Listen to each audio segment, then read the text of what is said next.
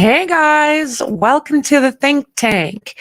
So we're going to take a fast look at the Perp walk, and that is, of course, Christopher and his father, Ramon. And there was another press conference, so I thought we would also take a look at that and see if there's a possibility of more arrests. So let's check it out.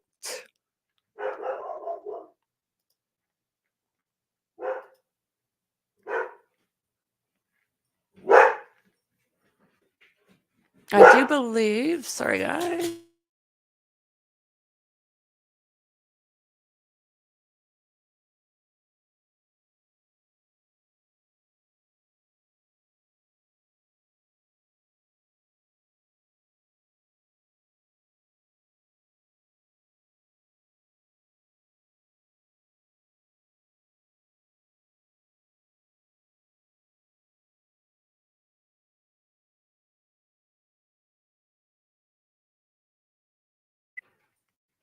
So this is Ramon, the dad.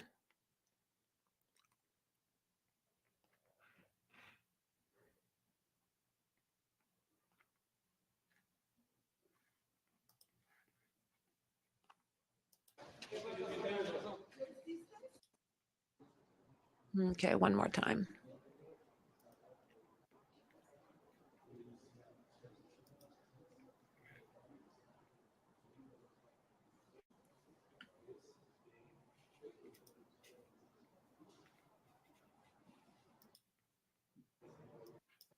They spent a lot of time with their cameras just outside. There we are, guys.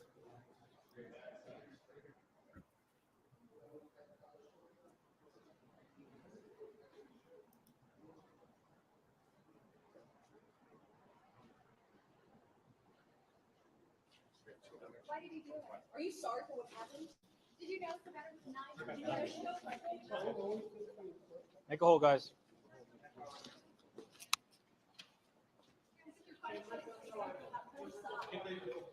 So I am hoping when we take a look at this press conference that they say something about a possible third arrest, because in my opinion, there's somebody else in his truck, somebody that passed over that white rag, towel, whatever it was.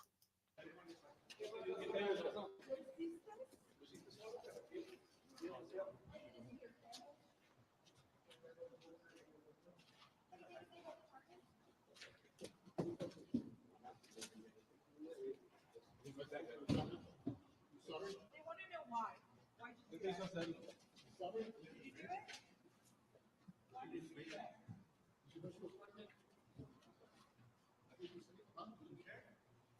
The mother is also a large woman.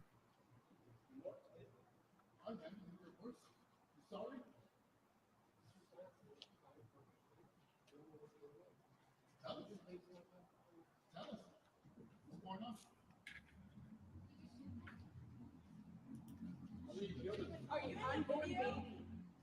Did you kill them or did you just hide the evidence?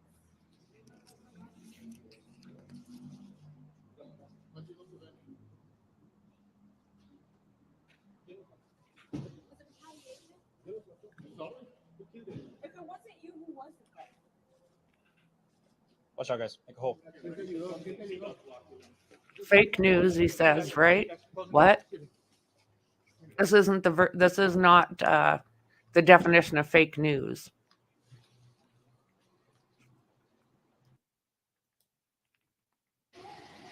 So he leaves. The second EOSO. So the individuals you saw this evening.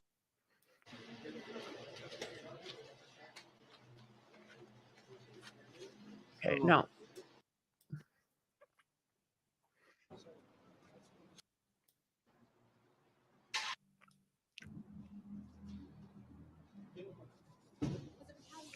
Was it retaliation? If it wasn't you, who was it then? Watch out, guys. Make a hole.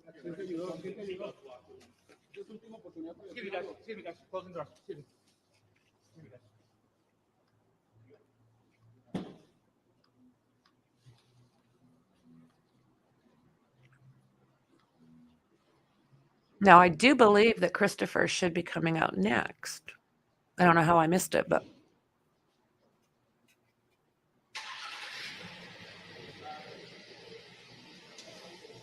Está saliendo el segundo.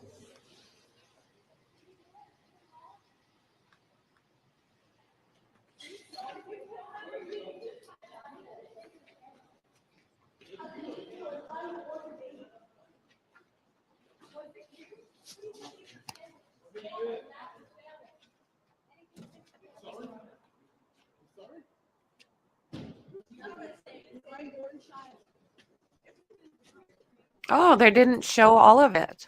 There is Christopher getting in.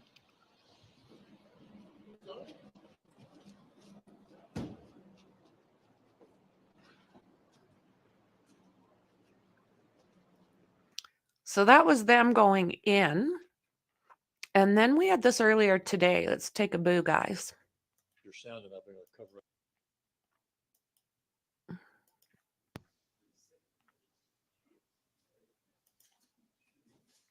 Good morning, good morning. I don't know if this is going to affect your sound and I'll be able to cover up some of these mics here. What's up, Dylan?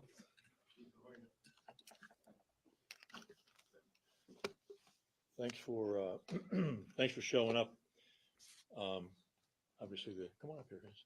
So this was earlier this morning. I hope you guys can hear it okay.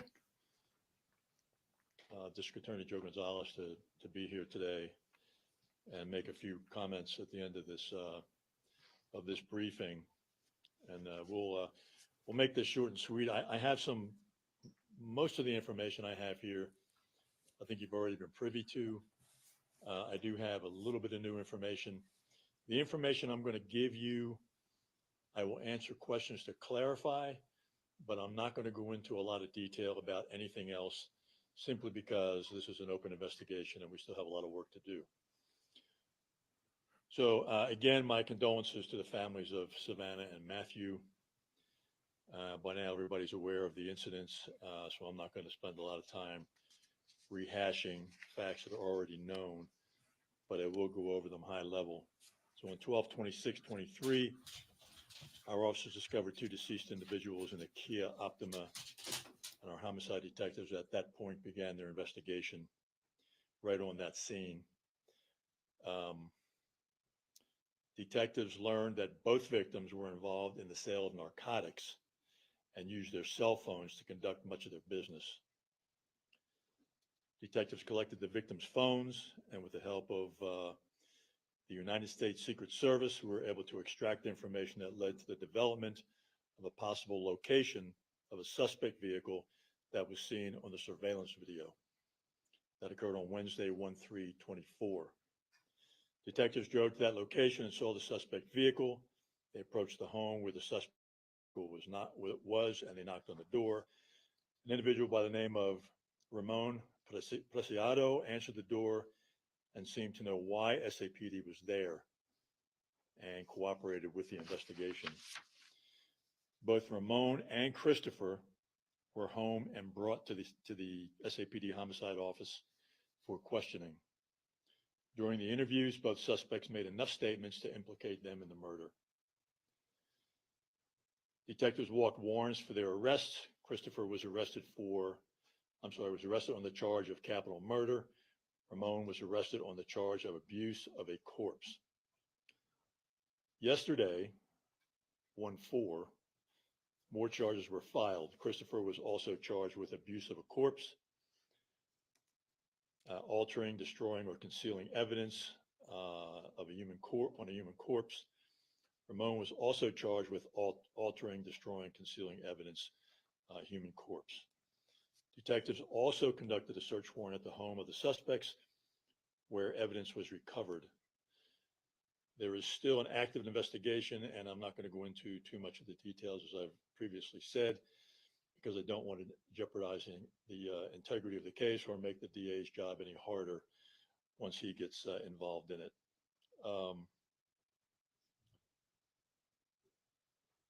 The final piece of information I have for you is that the gun believed to be the murder weapon has been recently recovered from the suspect's home. and we'll share that with you. And Joe, would you like to say a few words? Thank you, Chief. Good morning, everyone. First, I want to thank Chief McManus for inviting me to be a part of this press conference. Before I begin, I also want to extend my condolences to the Soto and Guerra families as they are in the midst of mourning. They are in the midst of grieving for the loss of their loved ones. So I think it would be appropriate for us to give them the respect that is due them during this period. But I do want to say that as I mentioned before, arrests were made. I was confident because I knew the kind of work that happens over here. I know the kind of dedication that the San Antonio Police Department has. They would identify suspects and make arrests, and that's exactly what happened. So I want to commend Chief McManus. I want to commend the entire command staff, and I especially want to call out the lead homicide detective for doing an outstanding job. I'm sure as typical, he may have had others assist him, but I know that his team was working around the clock, and it made a difference because we always want to formulate a suspect as soon as possible. We always want to identify someone who is a perpetrator of a crime as soon as possible, and that happened here. So again, my gratitude to the entire department and specifically to the detectives that were involved in this case. As I have said recently, our job is just beginning, but we have to give SAPD time to complete their investigation. What they do when they, and the term is walking a warrant, when they present an affidavit for an arrest warrant, they only need to present probable cause to a magistrate judge, but that's only the beginning. They have the responsibility to complete the investigation, and I know that they will do that. They will do an outstanding job as that they've done so far. So let's give them the time to do what they need to do.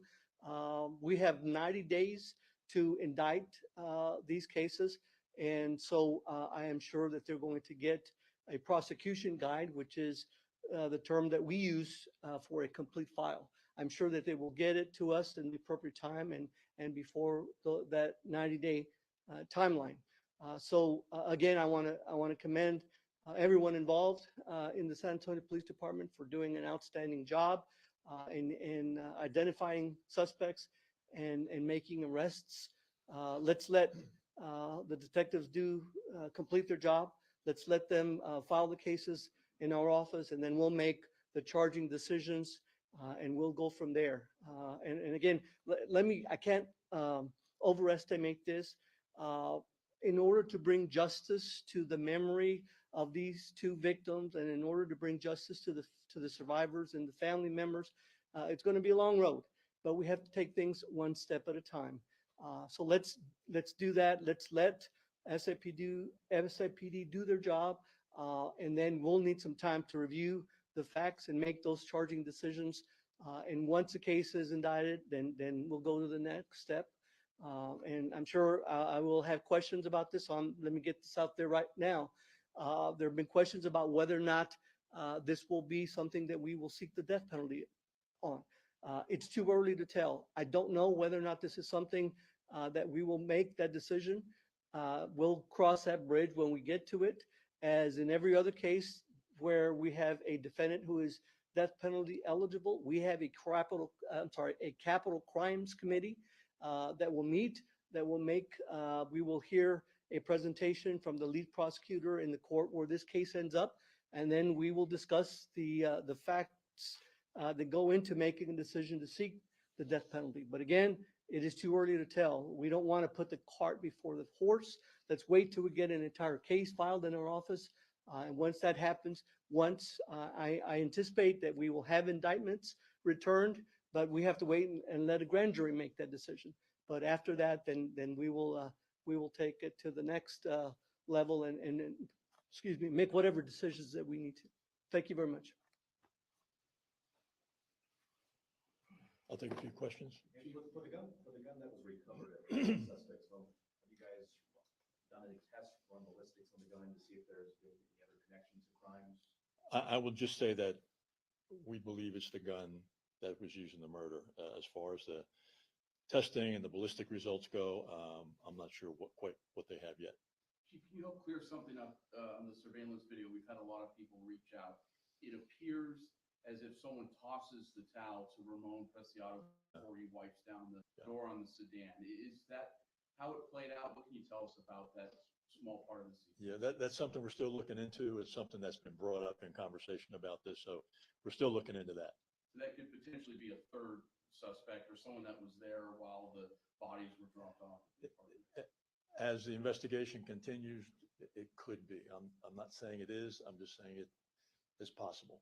If someone was there, if there was a second person in that truck, could they be charged with the same altering of a corpse or, essentially moving the bodies? Is that how the charge works? They could be, but I mean, that's something that would be determined once the level of that person's involvement is understood, if that is the case at all. We saw videos of police activity on the house of the Preciados where you take the mom. Are you questioning her? I'm going to leave that question unanswered. Okay, thank you, everybody. Okay. Appreciate it. Sorry, can you go over the charges one more time for each one of them? Sure. So the additional charges that were filed were for Ramon. Christopher was arrested on a capital murder charge. Ramon was arrested on a charge of abuse of a corpse. Yesterday, Christopher was also charged with abuse of a corpse. And he and Ramon were charged with altering, destroying, or concealing evidence. As far as the capital murder charges, would it be 1, 2, or 3? You know how many charges that Christopher faced? It involves all of them. Okay. Yeah. Okay, and any further questions you have, you might want to just refer to the affidavit, arrest affidavit. Okay. Joe, en español nos puede dar unas palabras. Claro que sí. Pues estamos aquí para hablar con respecto del caso que se trata de las víctimas, la señora Soto y el señor Guerra, Savannah Soto y Matthew Guerra. Quiero decir que le agradezco mucho a los miembros de la policía, del departamento de Sapd por el trabajo que han hecho, porque pudieron identificar sospechosos en este caso rápido, y es una cosa muy positiva para nosotros. Y hay un requisito que ellos tienen que presentarnos el expediente, ¿verdad? Los hechos del caso, para que nosotros podamos revisar esos detalles y luego hacer la decisión cómo vamos a cargar a estas personas formalmente con lo que se dice un indictment. Vamos a tener que esperar hasta que presenten todo. Más o menos se tiene que llevar de cabo antes de 90 días. Y después de ese tiempo vamos a presentar los hechos del caso ante un gran jurado, y si podemos obtener el indictment o sea la acusación formal, entonces vamos a hacer decisiones de ahí en adelante, incluyendo la decisión si vamos a pedir la pena de muerte, pero vamos a tener que seguir con mucho cuidado, ¿verdad? Y vamos a empezar con ese paso y luego vamos a hacer las decisiones. In English, in reference to your office released a statement regarding the fact that under Texas law, an unborn child is considered a person when it comes to the capital murder. Can you just reiterate that on camera? Sure. Clearly, we have enough to charge Christopher with Preciado with capital murder because we have 2 adult victims. But under Texas law, when an unborn child, and it's under whatever period of gestation, is that unborn child is considered a person under Texas law for purposes of including an unborn child as an additional count for capital murder. We have every intention, of course, the Chief of Maintenance, actually, the Sergeant made a comment that they intend to file 3 charges listing 3 victims. We have every intention of including the unborn child as an additional count for capital murder. But again, we'll have to wait and see when the case is filed. But that's correct. We can charge someone with additional count. While you're asking the question, let me clarify, because it's already been asked, why the father, Ramon Preciado, is not charged with capital murder. Someone can be charged with murder if that person is directly responsible because that person either intentionally or knowingly caused the death of the individual, or that person can be charged with as a party to a murder. But under Texas law, the only way that someone can be charged as a party is that that person has to aid, assist, encourage, or abet the commission of the offense intended. As far as we know, there is no evidence to indicate that the father was involved in the murder. Now, that may change as this case develops. The detective is going to continue his investigation. If there's at some point some evidence that the father was in fact involved in the murder, then that can change. But I know there is a common conception that when someone is an accessory, in fact, that we can charge him, but he has to be more than an accessory. In fact, under Texas law, we have to be able to prove that he was a party to the offense. So again, for now, the only one that's being charged with capital murder is Christopher Preciado. Thank you all.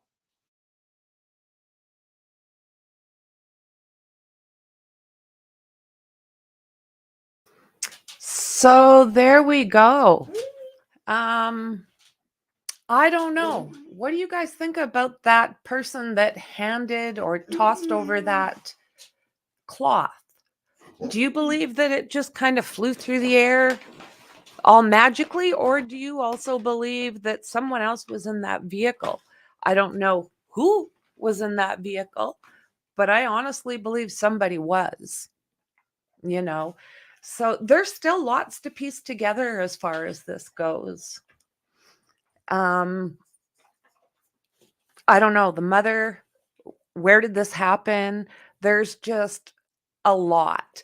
How did people not hear those sounds, especially that late at night? You would think that there would be an echo, a large noise. So this happened inside the house.